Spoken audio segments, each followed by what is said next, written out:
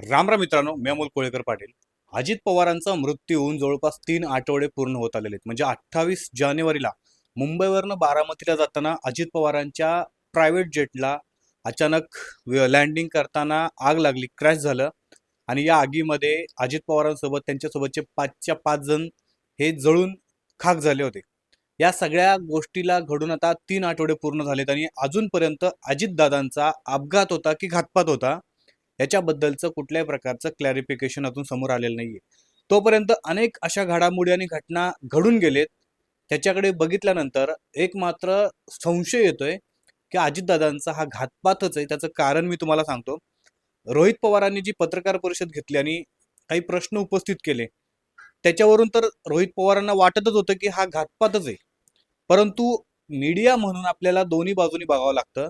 आज एक अशी घटना घडली, त्या घटनेनंतर आपण मजबूर व्हाल की दादांचा खरंच घातपात झालाय का काय, हा प्रश्न आपल्याला विचारायला लागेल.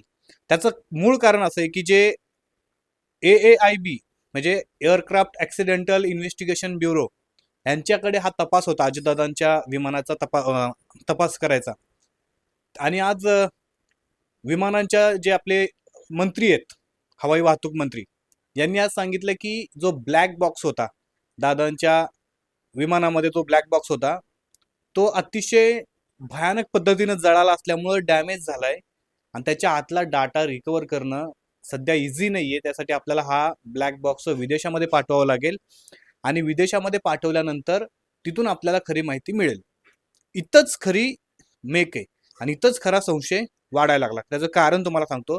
त्याच्यानंतर संजय राऊत आणि विजय वडेट्टीवार यांनी देखील काय बोलले ते देखील तुम्हाला सांगतो. ते अतिशय महत्वाचं त्यांचं स्टेटमेंट आहे दोघांचं. ज्या पद्धतीनं हवाई मंत्र्यांनी असं स्टेटमेंट दिलं, त्याच्यानंतर प्रश्न उठायला लागले, सर्चिंग व्हायला लागलं की अजितदादांचं विमान जे जळलं, त्या अजितदादांच्या विमान जळल्याचा पार्ट नक्की कुठला जळला होता. कॉकपिट जळालं होतं, मधलं जे सेंटर असतं जिथं सिटिंग व्यवस्था असते ते जळालं होतं, ठीक आहे, मान्य. परंतु आम्ही सगळ्यांनी बघितलं असेल की ज्या वेळेला तपासासाठी म्हणा किंवा तिकडचा मलबा हटवण्यासाठी एका मोठ्या ट्रकवरती विमानाचा शेवटचा भाग हा क्रेननी उचलून ठेवला आणि तो ट्रकवरती शेवटचा भाग म्हणजे शेपटी विमानाची ही मुंबईच्या दिशेने घेऊन आले. मित्रांनो, ज्यावेळेला मी सर्च करत होतो त्यावर माहिती घ्यायला गेलो, हा जो ब्लॅक बॉक्स आहे खरं तर हा नारंगी आहे. ऍक्च्युअल मध्ये हा नारंगी बॉक्स असतो, परंतु त्याला एव्हिएशन इंडस्ट्रीमध्ये ब्लॅक ब्लॅक बॉक्स म्हणून त्याचा उल्लेख करतात. हा ब्लॅक बॉक्स विमानाच्या शेवटच्या भागात असतो, म्हणजे शेफ्टीमध्ये असतो. त्याचं कारणही तसंच आहे. मोस्टली मेजर डॅमेज कुठं कुठं होतं तर कॉकपिटला होतं विमान खाली उतरताना, ठीक आहे. त्याच्यानंतर कॉकपिटला झाल्यानंतर त्याला आग लागते, त्याच्यानंतर पाठीमागे जिथं सेंटरला लोक बसलेले असतात त्याला आग लागते, शेवट मग विमानाच्या शेफ्टीकडे पार्ट येतो. तुम्हाला माहिती असेल, तुम्ही बघितलं असेल की आपल्या अहमदाबाद ते लंडनला जाणारं विमान हे ज्या वेळेला क्रॅश झालं होतं, त्याचा शेवटचा भाग हा त्या मेडिकल कॉलेजच्या बिल्डिंगमध्ये अडकला होता. ते फोटो देखील बरेच व्हायरल झाले होते, आपण ते बघितले असतील. आणि त्याच्यामुळं ब्लॅक बॉक्स हा सेफ राहतो. अजितदादांच्या विमान अपघातामध्ये देखील हे सेम आहे. म्हणजे विमानाचा शेवटचा भाग अतिशय सेफ होता, तो जळालाच नव्हता. थोडंफार त्याला डॅमेज झालं होतं, कारण आपण ते ट्रकवरनं घेऊन येणारी रील बघितली तर तुम्हाला ती बघायला मिळेल. आणि मग इतक्या चांगल्या शेफ्टीमध्ये भाग असताना तो, म्हणजे तिकडे आग जास्त लागलेली नसेल आपण असा अंदाज धरू, कारण हा ब्लॅक बॉक्स आहे ना, अतिशय मजबूत असतो. त्याला 1100 डिग्री सेल्सिअस पर्यंत सहन करायची त्या बॉक्समध्ये ताकद असते, क्षमता असते. अहो, 6 मीटर 6 किलोमीटर म्हणजे 6000 मीटर खोल पाण्यामध्ये जरी हा बॉक्स गेला तरी 30 दिवस हा सिग्नल पाठवत राहतो की मी या ठिकाणी मला घेऊन जा म्हणून. इतक्या मजबूतीनं हा बनवलेला बॉक्स. अचानक अजितदादांच्या केसमध्ये असं सांगण्यात येते की हा बॉक्स डॅमेज झाला, याला बाहेरच्या देशामध्ये पाठवायला लागेल जिथून हा विमान बनवलं तिकडे वगैरे. ह्या सगळ्या गोष्टींच्या वरून संजय राऊतांनी आणि विजय वडेट्टीवारांनी आज एक सरळ सरळ प्रश्न विचारला. विजय वडेट्टीवारांचं तर सरळ म्हणणं आहे की अजितदादांच्या घातपातामागे आम्हाला शंका यासाठी येते की दाल में कुछ काला है. ज्या पद्धतीनं तुम्ही पुरावे नष्ट करायच्या उद्देशाने म्हणा हे ब्लॅक बॉक्स जळालाय, कारण ब्लॅक बॉक्स जळाला असू शकत नाही, कारण शेफ्टी अजूनपर्यंत विमानाची तशीच आहे आणि ब्लॅक बॉक्स हा शेफ्टीमध्ये असतो. त्याच्यामुळं अजित पवारांच्या बाबतीमध्ये जर असं म्हणायचं झालं तर विमानाचा जो ब्लॅक बॉक्स आहे हा कुठल्या कारणामुळे तुम्ही जळालाय, डॅमेज झालाय, तो रिकवर करता येत नाही म्हणून सांगताय, असा विजय वडेट्टीवारांनी प्रश्न केला. आणि त्याच्यामुळे त्यांना असं वाटतंय की या सगळ्या प्रकरणामध्ये डाल में कुछ काला आहे. संजय राऊतांनी अतिशय महत्वाची आणि एक इम्पॉर्टंट गोष्ट सांगितली की का दादांचा अपघात झाला असावा, घातपात झाला असावा. सगळेजण विचारतात की घातपात आहे की अपघात आहे, पण का? संजय राऊतांनी अतिशय महत्वाच्या मुद्द्यावरती पाय ठेवलाय.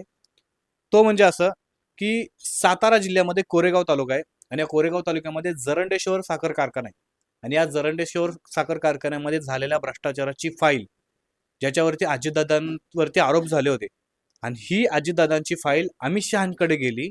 अमित शहानी ती फाईल वाचली आणि त्याच्यावरती शेरा लिहिला, या फाईलवरती म्हणजे या केसमध्ये भ्रष्टाचार झालेला आहे, ह्याला बंद करू नका, ह्याचा तपास तुम्ही सुरूच ठेवा.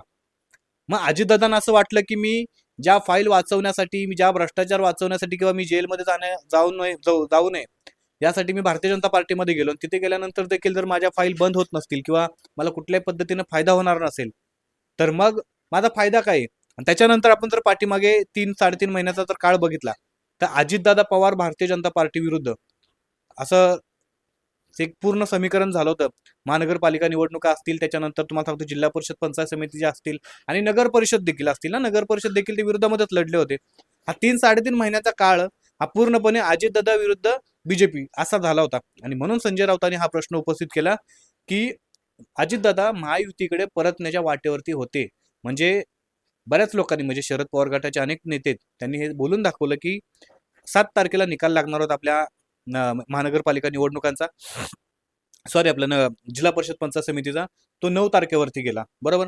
आणि या 9 तारखेचा निकाल म्हणजे 7 तारखेला त्यावेळेला लागणार होता. 7 तारखेला निकाल लागल्यानंतर 8 तारखेला हे सगळे लोक बसणार होते, बसून चर्चा करणार होते की कसं आपण परत आपल्या जुन्या मूळ पक्षामध्ये जावं लागेल, विलिनीकरण करता येईल. आणि त्याच्यानंतर अजितदादा महायुतीमध्ये येणार, अशा महाविकास आघाडीमध्ये येणार अशा चर्चा सुरू होत्या. आणि या सगळ्या गोष्टीमध्ये अचानक अजितदादांचा अपघात काय होतो आणि अपघातामध्ये अख्खच्या अख्खं विमान क्रॅश होतं, त्यातल्या 5च्या 5 जणांचा मृत्यू होतो. आणि अजूनपर्यंत स्पष्ट हे समजलं नाहीये, कारण बराच काळ निघून गेलेला आहे. माझं असं म्हणणं आहे की फर्स्ट रिपोर्ट हा आतापर्यंत यायला पाहिजे होता, आला पाहिजे होता, कारण इतका वेळ खरं तर लागत नाही की नक्की काय झाले. 3 आठवड्यांपेक्षा जास्त काळ उलटून गेलेला आहे. अजूनपर्यंत अजितदादा घरातून निघाल्यापासून म्हणजे एअरपोर्ट पर्यंतचा हा पूर्ण रूट, सगळे सीसीटीव्ही फुटेज समोर आलेले नाही आहेत. घरातनं बाहेर निघाल्याचे सीसीटीव्ही फुटेज आले नाही आहेत. विमानतळावरचं पोहोचल्याचे सीसीटीव्ही नाही आहेत. विमान सकाळी 8 वाजता निघाल्याचे सीसीटीव्ही नाही आहेत. असं सांगण्यात येते की ते विमान उडवण्यासाठी 2 पायलट दुसरे होते, परंतु ते दोन्ही पायलट सकाळी ट्रॅफिकमध्ये अडकल्या कारणामुळे ते विमानापर्यंत पोहोचू शकले नाहीत. म्हणून अचानक त्या सुमित कपूर नावाच्या पायलटला बोलवलं, शांभवी पाठक नावाच्या पायलटला बोलवलं, मग ते विमान उडवलं, निघून गेलं. माझ्या माहितीप्रमाणे किंवा जेवढा आपण अभ्यास करतो किंवा सर्चिंग करतो, इतक्या अर्जन्सीमध्ये कुठल्याही पायलटला फ्लाईट उडवण्याची परवानगी मिळत नाही. ते सगळं आधीच त्यांचं ठरलेलं असते की इमर्जन्सीमध्ये ठरलेले असतात की कोण पायलट कधी विमान चालवणार ते. त्याच्यानंतर सकाळी 6 वाजायच्या दरम्यान मुंबईमध्ये कुठल्या भागामध्ये ट्रॅफिक लागते जिथं एअरपोर्टला विमानाचे पायलट हे पोहोचू शकत नाहीत, ते पायलट अजूनपर्यंत मीडियासमोर का नाही आले किंवा त्यांची अजून चौकशी झाली की नाही याच्याबद्दल देखील खरं तर माहित नाही की ते 2 पायलट कोण होते जे अजितदादांचं विमान उडवणार होते, पण अचानक ट्रॅफिकचं कारण देत ते आले नाहीत आणि मग ह्या 2 पायलटला त्या ठिकाणी पाठवण्यात आलं. ह्या सगळ्या प्रश्नांची उत्तरं मिळणं फार गरजेचं आहे. आणि इतक्या दिवसानंतर देखील जर विमानतळावरच्या सीसीटीव्ही फुटेजातून मिळाले नसतील, गायब झाले असतील, रोहित पवारांनी स्वतः मागणी केली, अमोल मिटकरींनी मागणी केली, आणि आज तर एक नवीनच ते दिखावागिरी झाली की देवेंद्र फडणवीसांना राष्ट्रवादीच्या सगळ्या मंत्र्यांनी जाऊन भेटून अजितदादांच्या तपासाची चांगली तपास करावा, अजितदादांच्या अपघाताची, म्हणून त्यांनी पत्र दिलं. आणि त्यामध्ये सगळे मेंबर होते ज्यांच्यावरती खरं तर हा संशयाची सुई निर्माण झाली किंवा संशयाची सुई त्यांच्या दिशेने दिसते. या सगळ्या प्रक्रियेकडे बघितलं, संजय राऊतांचं म्हणणं जर आपण बघितलं, तर ज्या फाईलसाठी अजितदादा बीजेपीमध्ये गेले होते ती फाईल बंदच नाही झाली, तर अमित शहा यांनी सांगितलं होतं की ही फाईल सुरू ठेवा. 2 मिनिटासाठी मी तुम्हाला एक आठवण करून देतो. फक्त पाठीमागच्या काही दिवसामध्ये निवडणुकीच्या प्रचारामध्ये अजितदादा असताना मला वाटते देवेंद्र फडणवीस बोलले होते की कुठल्याही प्रकरणाची फाईल ही बंद झालेली नाहीये, जर असं कुणाला वाटत असेल फाईल बंद झाली तर असं गैरसमज करून घेऊ नका. म्हणजे इनडायरेक्टली त्यांनी असं सांगितलं होतं की तुम्हाला जर असं वाटत असेल की तुम्हाला क्लीन चिट मिळाले वगैरे वगैरे, तर कुणालाही क्लीन चिट मिळाली नाही, असं देवेंद्र फडणवीसांचं स्पष्टीकरण वक्तव्य होतं. आणि आज सगळ्या गोष्टी बघितल्यानंतर का नाही एखाद्याला वाटत की हा अपघात नसून हा घातपातच आहे, पण खरं तर चौकशी करणार कोण? कारण नितीन गडकरींच्या घरी त्यांच्या गाडीमध्ये 2009 साली योगिता ठाकरे नावाच्या 7 वर्षाच्या मुलीचा कशा पद्धतीने मृत्यू झाला होता आणि त्याची चौकशी अजूनपर्यंत समोर आलेली नाही. CID कडे ज्यावेळेला हा विषय गेला, केस गेली, त्यावेळेला CIDला क्लोजर रिपोर्ट द्यायची म्हणजे केस बंद करायची एवढी काय घाई लागली होती की ते कोर्टामध्ये वारंवार 2 वेळा क्लोजर रिपोर्ट दिला आणि सांगितलं की ही केस पूर्णपणे बंद करून टाका. याच्यामध्ये कुठल्याही प्रकारचा म्हणजे क्राईम नाहीये, हा जस्ट अपघात आहे म्हणून समजून घ्या आणि विषय मिटवून टाका. काय एवढी घाई होती CIDला? अजूनपर्यंत त्या केसचं पुढे काय झालं नाही. खरं तर त्याच्यावरती आपण एक व्हिडिओ बनवलाय, आपल्या चॅनलला आहे. नक्की जाऊन बघा कारण तो व्हिडिओ लवकर डिलीट होणार आहे.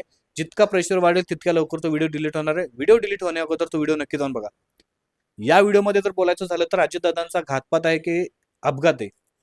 तुमचं म्हणणं काय? तुम्हाला काय वाटतं ते कमेंट करून नक्की सांगा. चॅनल आपल्या सबस्क्राईब नसेल तर नक्की करा. जय शिवराय, जय शंभूराजे, जय मल्हार.